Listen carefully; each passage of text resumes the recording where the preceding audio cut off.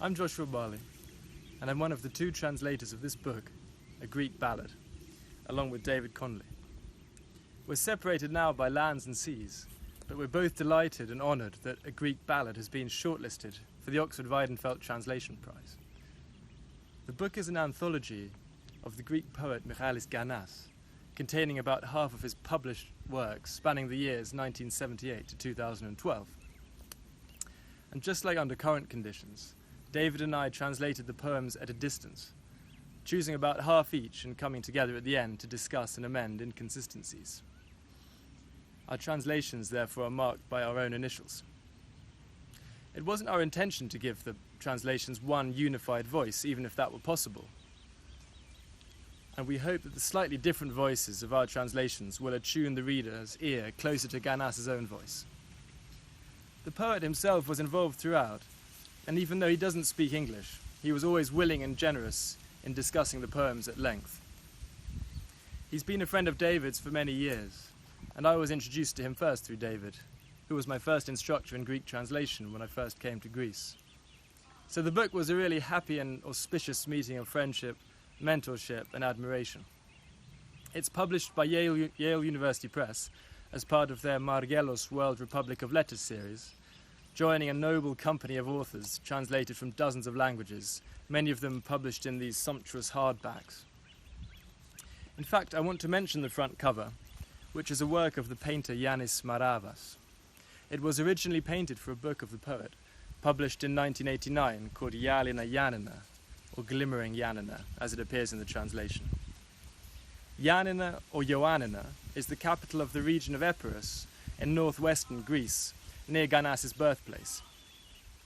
And in case you're wondering, it so happens that I'm standing outside the glimmering city right now, on the lake isle of Yanana.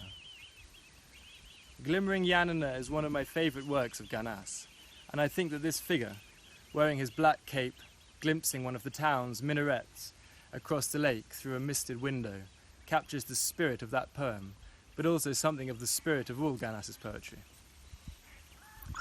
The poet was born in a village called Samandas, which is about 20 miles from here as the crow flies, but the other side of a couple of formidable mountains.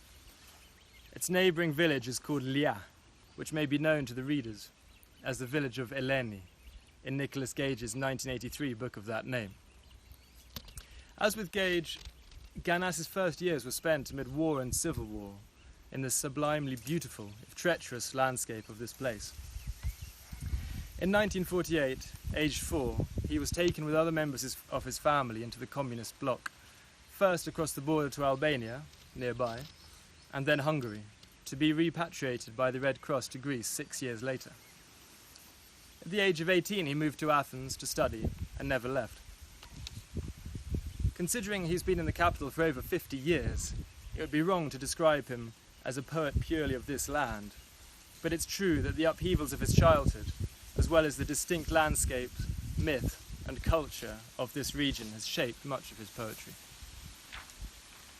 One of the things I love about his work is the interplay between the city and the village, the natural and artificial, or to use his favourite opposition, the wild and the tame, the one always seeping into the other.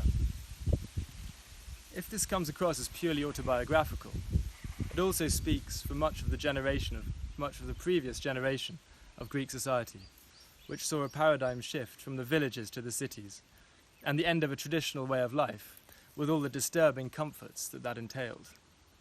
Reading these poems, you get a feeling of the spirit of post-war Greece, particularly the rapid urbanization of the 70s, not from a dry objective perspective, but from the passions of one individual in his own losses and compromises, pleasures and loves. But we wouldn't read Ganas only to understand history. His poetry is brimming with striking and unusual imagery, particularly of the natural world, dense with wordplay and allusion, and protean in its use of form. Many of the poems are short and epigrammatic, but one of his greatest achievements is the long polyphonic poem Ballad, for which he won the State Prize for Poetry, called Paralogi in Greek, and from which our collection takes its name.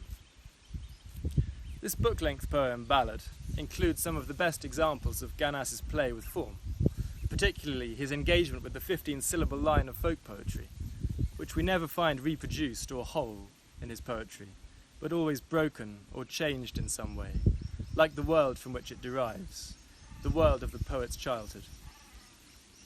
Ganas is also a writer of song lyrics.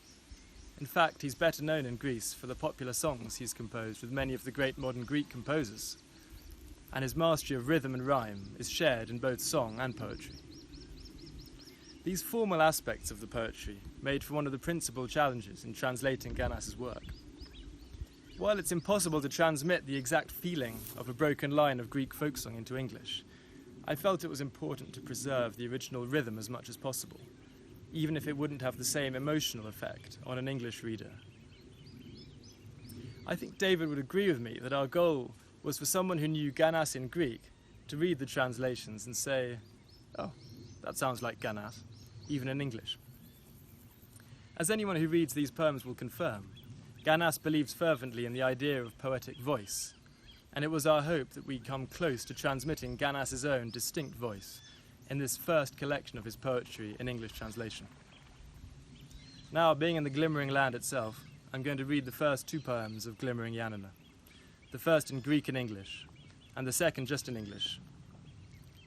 Considering that it was written for a slightly different season, I hope you'll bear with me.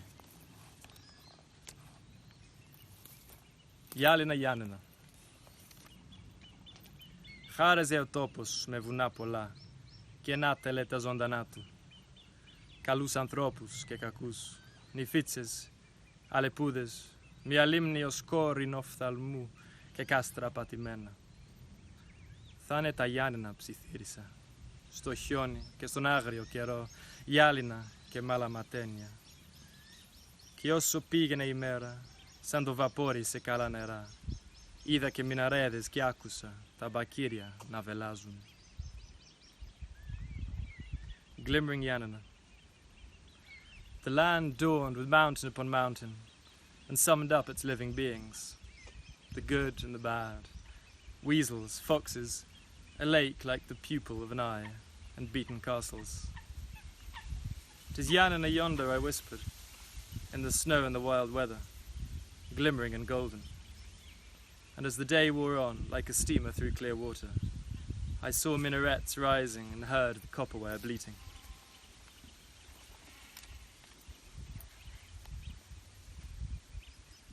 Tu Christos Bravos. Years ago, on a night like this, a man walked alone, I know not how many mud-mired miles, clouds and starless nights. At dawn he came to Yanana.